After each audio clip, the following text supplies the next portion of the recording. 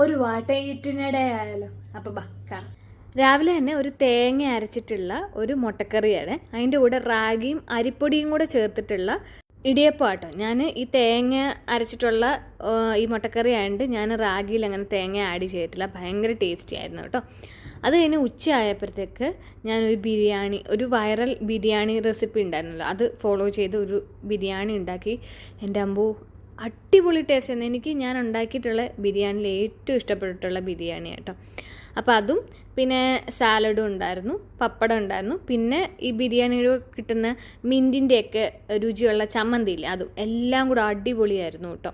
പിന്നെ 4 മണി ആയപ്പോൾ ഞാൻ ഉള്ളിവട ഉണ്ടാക്കി. അതിൻ്റെ കൂടെ ലൈമും അത് ഫാഷൻ ഫ്രൂട്ടും വെച്ചിട്ടുള്ള ഒരു ജ്യൂസ് പോലെ അതും ഉണ്ടാക്കി കേട്ടോ. വൈകിട്ട് ഞങ്ങൾ പുറത്ത് പോയിട്ട് ഫുഡ് കഴിച്ച് ജീവൻ ചാർക്കോളായിരുന്നു, ഞാൻ ചിക്കൻ മോമോസ് ആയിരുന്നു. അടിപൊളിയായിരുന്നു, നല്ല ടേസ്റ്റി ആയിരുന്നു കേട്ടോ. അപ്പോൾ ഇതൊക്കെയായിരുന്നു ഞങ്ങൾ ഇന്ന് കഴിച്ചിട്ട് ഫുഡ്.